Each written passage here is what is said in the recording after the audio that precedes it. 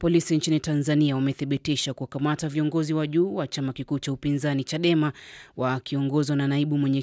mwenyekiti John Heche na katibu mkuu John Mnyika walipokuwa wanaelekea mahakamani jijini Dar es Salaam siku ya Alhamisi kusikiliza kesi inayomkabili kiongozi wao Tundu Lissu. Baadhi ya wafuasi wa Lissu waliofika mahakamani kusikiliza kesi hiyo walikamatwa na wengine kupigwa na kujeruhiwa. Muliro Jumanne Muliro ni kamanda wa jeshi la polisi kanda maalum ya Dar es Salaam, anaeleza kilichotokea. Kutokana na matishio mbalimbali ambayo yalikuwa yametolewa na kupatikana kwa taarifa mbalimbali, jeshi la polisi lililazimika kuwazuia na kwenda kuwahoji baadhi ya watuhumiwa katika matishio ya swala la usalama katika mahakama ile, wakiwemo John Heche, lakini pia John Mnyika, Chacha Heche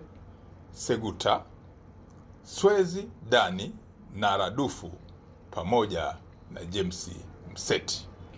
Katika hatua nyingine, Tundu Lissu na mawakili wake walipinga kesi ya uhaini na uchochezi kusikilizwa kwa njia ya mtandao, kama anavyoeleza wakili wake Rugemeleza Inshallah. Mteja wetu Tundu Antipas Lissu alivyoambiwa kwamba kesi itasikilizwa kwa njia ya mtandao, na yeye akiwa anafahamu haki zake kabisa za kikatiba na za kisheria kwamba ana haki ya kushiriki katika mwenendo mzima wa kesi, na kesi ilikuwa imetoka kwamba tungeweza kusikilizwa kwa njia ya yeye kuwepo mahakamani, basi yeye akuwepo mahakamani. Na alikataa kule magereza Ukonga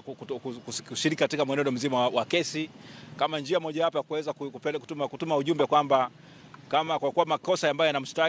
ameshtakiwa nayo ni ya kijinai na ni makubwa, na yeye kama kiongozi wa chama cha kisiasa kikubwa hapa nchini, basi alikuwa na haki ya kushiriki moja kwa moja.